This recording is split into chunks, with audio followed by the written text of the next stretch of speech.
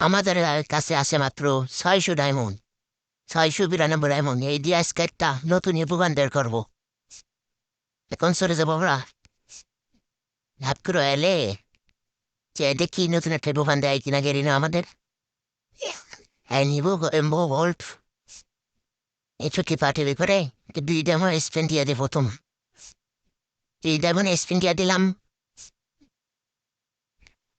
তেল মাত্র একটা টোকেন কার্ড, আবার একটা 2 ডায়মন্ড স্পিন, আবার একটা টোকেন কার্ড। এবার একটা 200 ডায়মন্ড স্পিন দিয়ে দিলাম।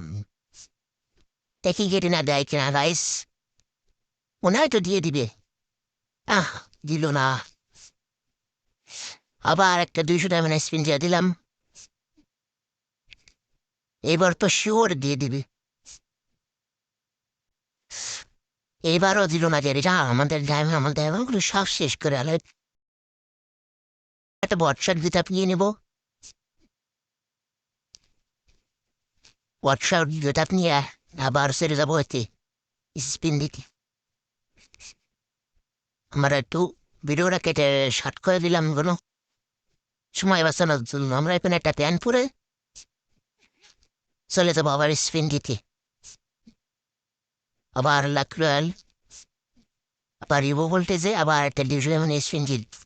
টিফারে এবার গেলে না, এবার দিস শিওর এবার দিয়ে দিবি। কথা পড়তে পড়তে একই কথা বসছি। আবার 200 স্পিন দিয়ে দিবে। ও ভাই সাহ, দিয়ে দিস আবার। আবার দিয়ে দিল গেরিনা আমাদের রিমোখান।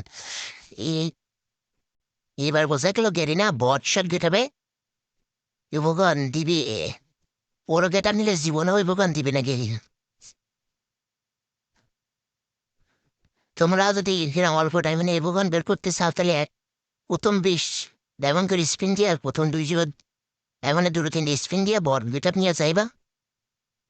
গেরিনা শিওর ইভোগান দিয়ে দিবে।